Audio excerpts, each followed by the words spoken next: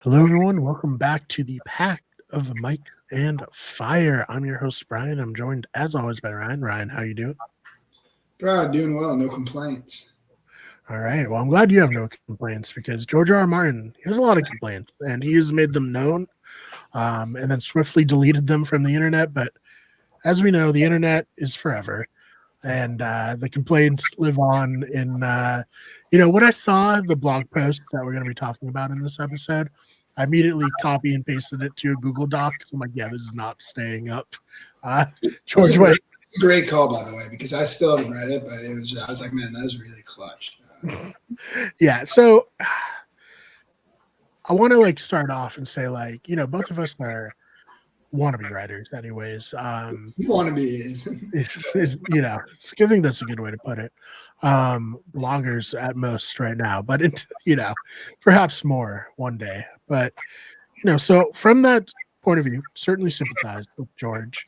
Uh, it has to suck to lay out a story and then have HBO and the writers kind of be like, "Oh, we're going to do our own thing with it." But that's also the risk you run when you sell you the rights. Once you sell them, you no longer own them. Uh, but I think a lot of the points you brought up in the blog are fair, and I definitely want to talk about those. And chief among them, and really the whole theme of the blog is if you change something here in season one, it's going to have ramifications way down the line. So the big one that he brought up in this blog is, and we Mailer? talked about it. Yeah, we talked about it when we were talking about Blood and Cheese. There's no Maelor in the show. Maelor is the youngest child of Aegon and Helena, and he survives Blood and Cheese, even though Helena picks him to die to protect, the heir. Mhm. There's no heir left in the show. They were like, by the way, Aegon cock exploded, so he can't make an heir. So when we talked about that, we were like, what's the investment in Aegon right now? He has no heir and he has no potential to make an heir. I guess, what are your thoughts on the exclusion of Maelor? Putting aside what George has to say for now, just what are your thoughts on it? Well, I mean, if we're really going by, right, if we're going by, like, I don't want to do any spoilers, but like in the ultimate, what ultimately happens, it It doesn't. is fine. In the blog, he spoils what happens to Maelor. I would imagine anybody listening to this is well spoiled on the book. They're not going to be a show only writer and give a shit Oh, yeah, about but this. So what I'm spoil saying, away. no Full, full Aegon, no spoil. one from a, no, it's not Aegon's side doesn't win, right? So it ends up being Rhaenyra, and it ends up being what? It's Rhaenyra's. It's Aegon, right?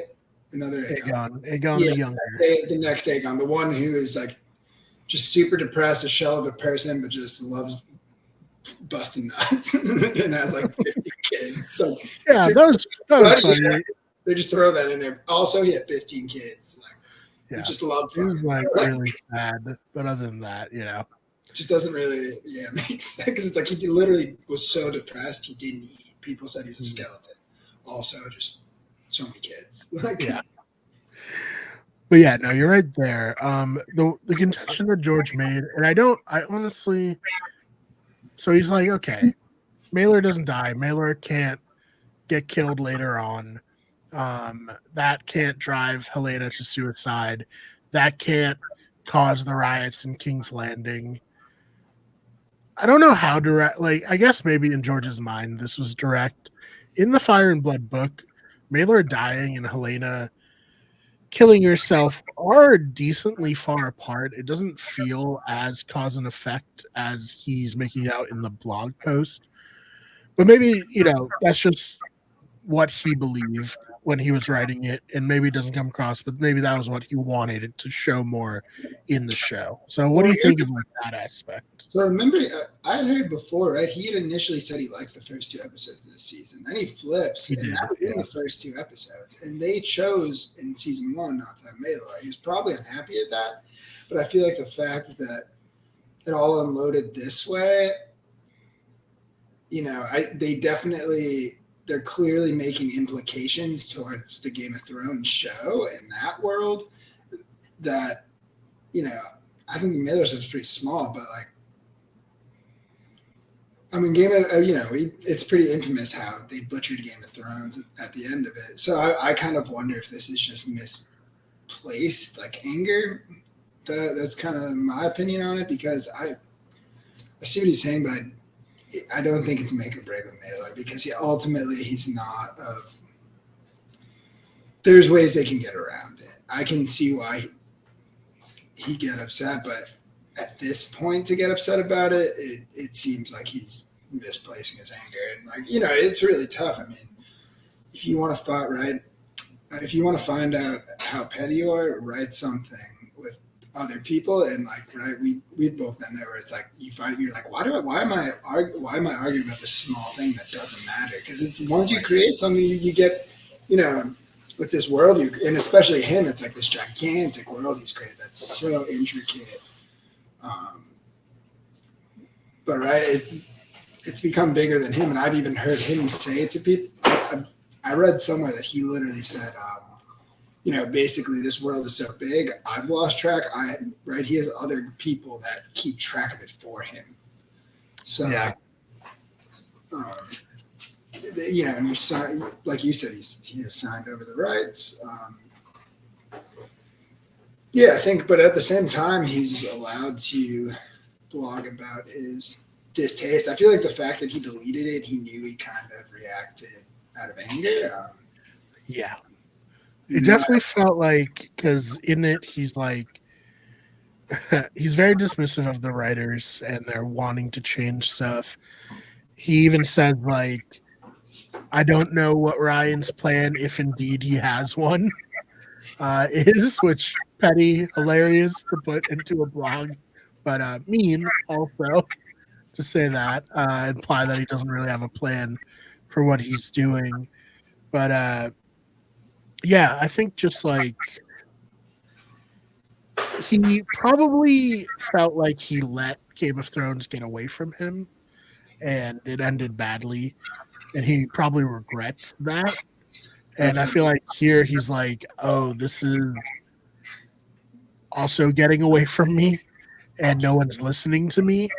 So I'm just going to put this bitchy blog post out. And I know the fans will read it. And I know even if I delete it after like 20 minutes or whatever, it's going to be out there forever. So this is like his Hail Mary attempt to prevent them from doing things that he's not happy with or that they're not listening to him, Yeah, it's kind of like a last thing of like control, he gets to say something about it, and he has a right to it. Like I said, personally, there are some honestly, the change I thought like maybe you could be most upset with, as odd as it is, maybe it's a specific one. I feel like the way at the end they implied like, hey, maybe Allison wasn't this person people thought she was. I feel like he was like, no, I mean, I wanted to make it pretty clear that this was like a petty, kind of a thing. And Allison was pretty unbending in this. But I guess the Maelor thing does make sense. But like I said, it doesn't. Yeah, it doesn't go to the end goal, but I do get like the whole thing with the Helena killing herself. I mean, that going up to the wall, that's a whole like fucked up scene. I was imagining they were going to do there. They'll probably do something maybe with they also can just feed. She still has a daughter, right? They can literally just feed her last child. I mean, that's probably what they'll do. I don't watch anything that's. But she's important for the end because she's the one who marries Aegon the Younger to like bring the two sides back together. So they have to keep. Yeah, that's right. That's right. But then but she doesn't. She does bring them together, but they do not have children. She dies and he marries someone else. Am I correct on that? That he is I have to go back and look at that. I'm pretty sure he does marry her, but before they can even get in contact with each other, I think. Yeah, I'm almost positive she dies and he ends up marrying a younger, like Valerian, maybe something like that. Yeah, I think that part is right. Yeah, and that's the one he has a bunch of kids with. So it does kind of bring them together, but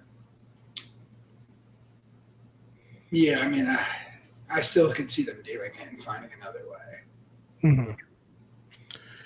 Yeah, it'll definitely be interesting, for sure. Hold on, I'm just trying to. Aegon, Jahara.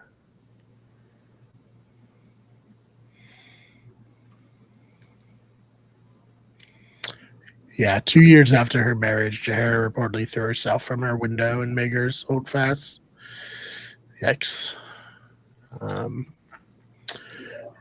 Really, always upbeat in this world. Just good things, good vibes all the time. But yeah. I wouldn't really say it brings them together because it's literally like the idea of it causes her to kill herself. So then it's like it brings the realm together. Pretty much like, yeah, oh, we'll do it. No, they literally hate you so much from everything you've done to them. Yeah. The idea of just being around one of you. Right. But yeah, I definitely get the vibe that George was wanting to expand on his thoughts, and this is just going to be the first in like a lot of like, oh, these are my issues that I had, but obviously that didn't happen, and that's not going to happen now. He's put out 2 blog posts yesterday, that were basically like completely ignoring what he did last week, which is hilarious. But yeah, it's interesting. And I guess for me, I've kind of like accepted that the show and the book are going to be 2 very different things with shared DNA, but not going to be a direct adaptation. And I'm okay with that. I do think the show is good. I'm not one of these people who's like, oh, I like the show, and then George is like, I don't like it. And like, yeah, I've never liked it. But like, I really enjoy it. I think it's a really good show. But I'm also not the person who wrote the source material and is having it changed on me, I mean, he said he really liked it for a while. He did, yeah. He liked the first 2 episodes.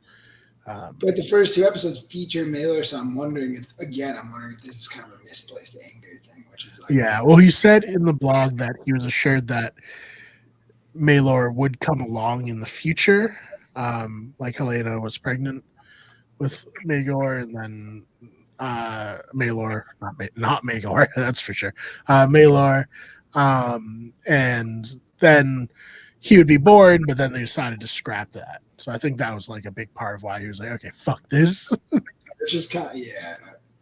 But I don't know. I think like this show isn't. I think like it is different from the source material, but I don't think it's like it's not terrible when you compare it to other stuff. I don't think a lot of the changes are too crazy for me personally. I still think it keeps the essence of the source text. Other people might disagree with that. That's just my overall feeling.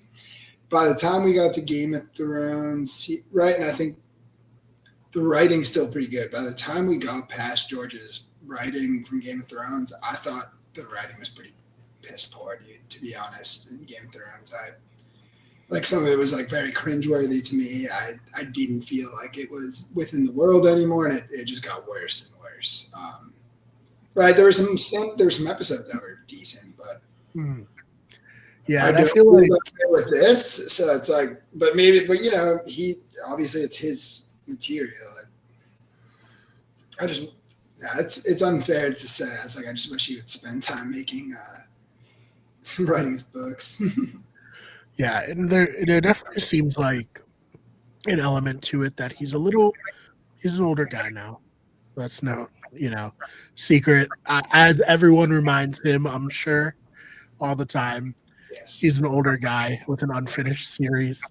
But in his blogs, he's been like kind of pondering his legacy, and he talks about going to Tolkien's grave and how like people have to this day left stuff on the grave, and like how big of an impact he has on fantasy, and where's George R. R. Martin going to fit into the hierarchy of greatest fantasy writers ever if he doesn't finish it. And that like adds to pressure that he's probably like, well, these shows are my legacy, but then they're not really what I'm writing. And it's like, I definitely get that for sure. But at the end of the day, finish writing. Secure your legacy. It's in your hands. The thing, it's like with Lord of the Rings, if you I believe Tolkien's son doesn't like the movies that much. Like I think he thinks they got a lot wrong. So it's like anything like that, like yeah, honestly, the author can find a bunch of stuff they did wrong. And, like I said before, it's hard, but like I can see, right? I've learned. I try to like work on that, but I can see when like writing, it's like, man, you can see like sometimes where you get like really protective, like, and you just don't want to change stuff, Yeah, I think the realist scene in a movie or television show portraying writing. Have you seen the newest version of Little Women? No. No. There's the main character. She's a writer, based on the person who wrote like the book. And she has this scene where she asks this fellow teacher that she works with to critique her writing, and like at the very like first part of criticism, she basically just has like a meltdown of it, and I was like, "It's so real. That's so fucking real." So that's if you're not a writer and you ever wonder what writers are like, that's generally what we're like. Very crazy, very. They say like kill your darlings, but that's much easier said than done. I think you fall in love with your darlings and your ideas, and you're like, but I did this for this specific reason, so it has to be like this. So, I definitely sympathize with George, while also maintaining that like George is in your hands, man. Finish your series. But again, it's like the movies and stuff. It's just like this. Like, all right, the Lord of the Rings movies. Tolkien's son doesn't really like them. We don't know what Tolkien would have thought, but they are considered separately, right? They're super critically acclaimed. I believe they're top 20 movies of all time. Right. Right. And so that's a legacy on its own. But people do associate that with Tolkien's books. But Tolkien's books on their own are standalone, I guess, because he finished the work. Yeah. They exist. They're out there. At least there's like a reference where it's like, hey, read these, at least Tolkien's son has that. So I guess I had that, but again, it's like, this isn't an unheard of thing. People aren't going to relate it directly. I just think, but yeah, his best bet is finishing them for sure. Yeah, I'm sure, like you said, Lord of the Rings is some of the best movies. I'm sure Michael Crichton had some gripes about the adaptation of Jurassic Park, despite Jurassic Park being an amazing movie, like you're always going to have complaints, but I wonder if he's like really like, oh my God, I might just not be able to finish these books. And that might be it. Cause even, we don't have to really go into like J.K. Rowling and who she is as a person and all of that, but, no, yeah. We could just but all we can touch. I don't want to. She has said like I think she has said that the one thing that she seemed to do okay with is she's like, why do people associate me with the video game? I have nothing to do with the video game. And so like at least right, she understands like you created this world, but like it signed over. She's no longer like making that, So it's like if you signed it over, it's not your creation. It doesn't suck. That's what people remember first. Maybe, but you did that in an age of television. And again, Harry Potter books are very different from the movies. They're both good in their own mediums, but yeah, that's a good point. And I mean, again, not going, but I think she treats them pretty separately. Like, I don't think she like right? I don't think she compares the two necessarily. Like, I've never. She definitely hasn't been outwardly, contentious toward them. Yeah, and I mean, I remember as a kid hating the sixth. I feel a little different. I think it was either no, I think it was the fifth movie. I like. I did not like the fifth movie. I thought they like butchered it. Only focused in on like a lot of the romance stuff. I remember. Yeah. Yeah. Well, that was tough too. It's like the longest book in one of the shorter movies. Yeah. Like, how did that happen? But we'll see. We'll see. The HBO is making TV shows of the books, so we'll see if those are any more. Someone's making TV shows of the Harry Potter books. Yeah, they just announced this week open casting call. So any 10-year-old British listeners, go out there, go get the part that will define your life in ways that you probably wish it wouldn't. Man, I did not know that they're making a TV show. I don't know. Is it a BBC show? That'd be kind of sweet. It's HBO. HBO. Oh, it's HBO. Yeah. Warner Brothers owns the rights for basically everything Harry Potter. But yeah, it all just kind of comes down to you. But again, it's like I don't really think would it suck if Martin never finishes books. Yeah, but it kind of would be what it would be, unfortunately. Yeah. I mean, I still think he's a pretty legendary writer in his own right. And I don't think that's going to. Yeah, no, I agree. I mean, he changed fantasy in huge ways. Like I think his approach to be more grounded has influenced fantasy to this day. Would you agree with that? Yeah, he's good. Yeah. Oh, absolutely. He's definitely. I want to say he took definitely some elements. You could tell he's influenced by the guy who wrote Dune from sci-fi. Like a lot of the political pretty much everything. Pretty much every story after Dune's influenced by Dune. Yeah, exactly. But oh yeah, he's so unique as a fantasy writer. I mean, I think we've both probably ran into this where I think a lot of people who really like his books, they get hooked onto a type of to this idea of fantasy, and there's there's not much. Yeah.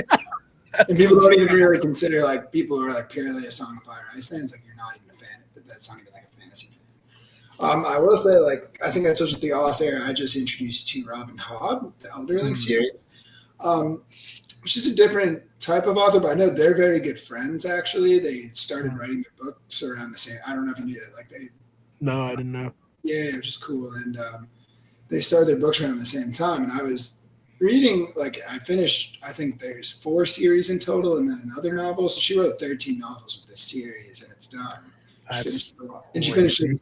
Yeah, and she finished it a while ago. And she started at the same time as him. And I would say each book's about 800-900 pages. Yeah. But the thing I remember at the end of the first series, I was like, man, she really like condensed a lot at the end of the last one, and it kind of just all came together. And it was like, yeah, my honest thought was, I was like, yeah, but she finished it like that. Yep. Like that's kind of the thing with Martin. He does, and that's. I just remember at the last few books, like I have to go back to find examples, but you just find the way like John's chapter and like. Remember, it's when the bastard Frey, who's like drinking and he gets captured by the band of brother, and he sees Catelyn, and you're just like, man, there are so many crazy loose ends here. How does this all come together like in 2 books? This is insane. Nobody knows. Well, I definitely think George is very much like all of us who are writers. Starting stuff is really fun. It's the best. Coming up with sweet twists and cliffhangers, like, yeah. Listen, man, in book 4, he introduces like 5 new point of view characters. Like he definitely was like, oh god, I'm so bored after Clash of Kings. I need to like get some new blood in this. Well, I think we It's talked like, about great.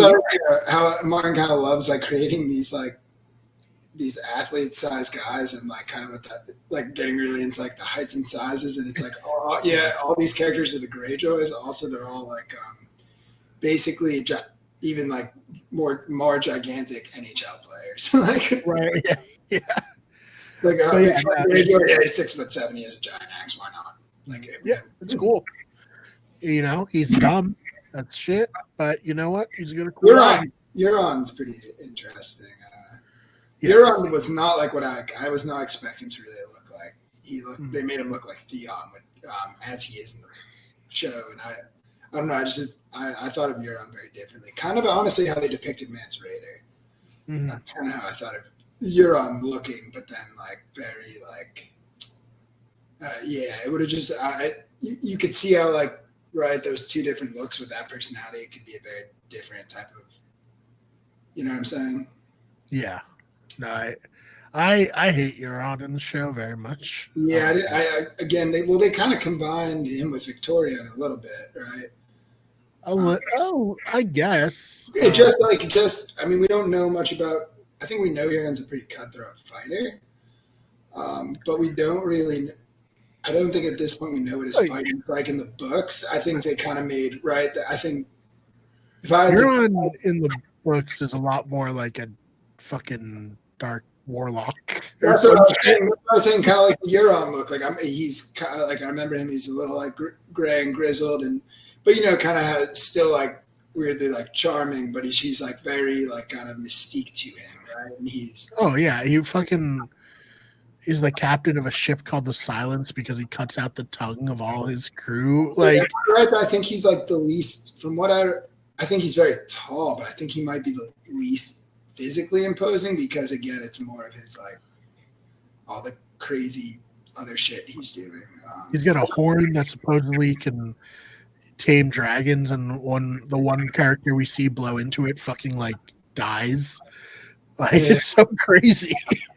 Yeah, well, in Victoria, I mean, taking Victoria now, like there was a bunch of characters that, I mean, the first one where it was like I get it, but like, man, they missed so much by not including the Reek arc. Yeah, right. Like Ramsay is so much cooler in the books, not cooler, but just like so much more fucked up in the books because of that alone. Yeah, imagine Ramsay there the whole time, and then he just knocks him out. Yeah, and he's playing and he's pretending he's like this, kind of like, basically what Theon becomes, right? Like this, like. And he only, we get like a little taste of it in the beginning of season 3 where he pretends to like break Theon out. But then, I don't know, it was good, but yeah, you're right. He is much more interesting in the book. And he comes back with the army, just like, oh, by the way, I'm gonna kill all of you now. Like, you fucking idiot. Well, I just remember it was so shocking, and then yeah, it's awesome. The books are so good, but it's very interesting. I guess we'll see what happens if HBO and Ryan Condal in the writers' room listens to George more. If this, strains their relationship. I get when people are like, "Oh, he shouldn't have done that. It's not professional. This was not professional. He shouldn't have done this." However, HBO has hitched their wagon to George R. R. Martin really, really hard. The next episodes of our podcast are going to be us talking about the future Game of Thrones shows on HBO.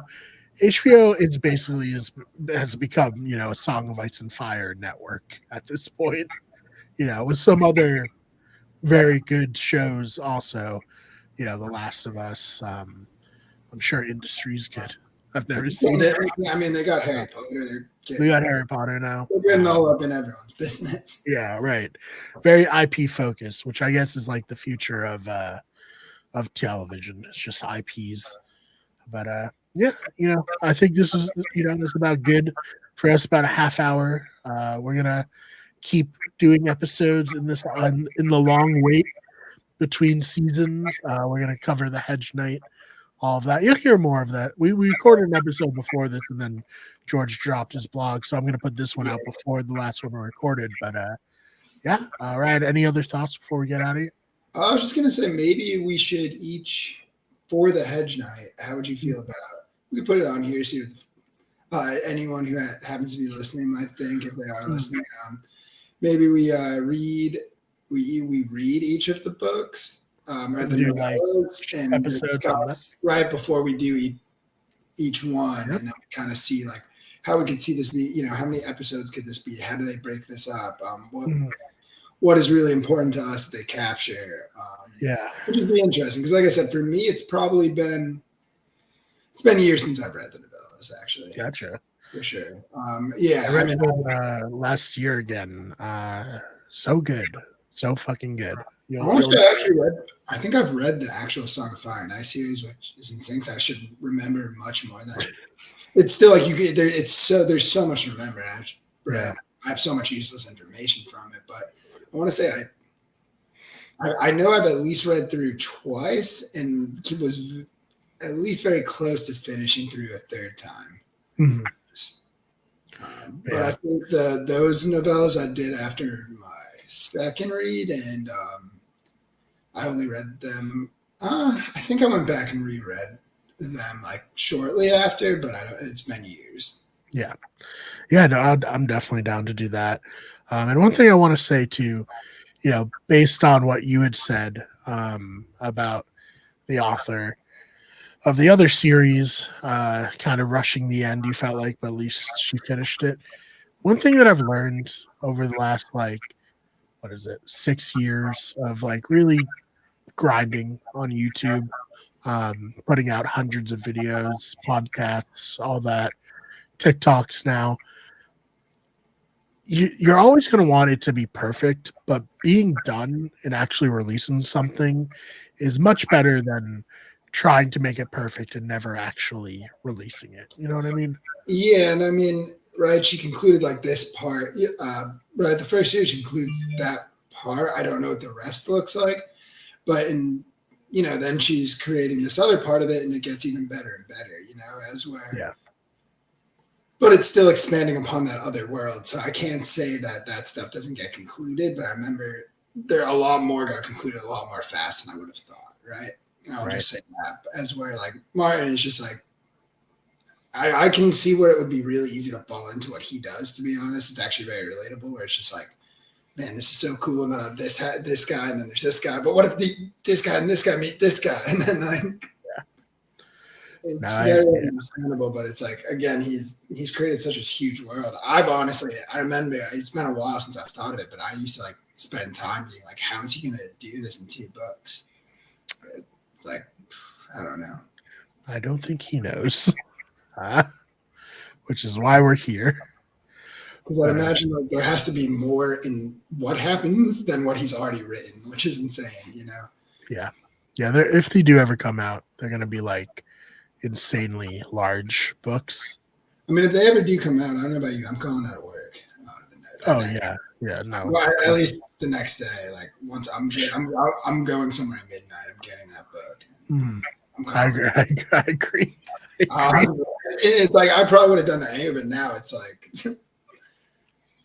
I can't risk getting spoiled at this point.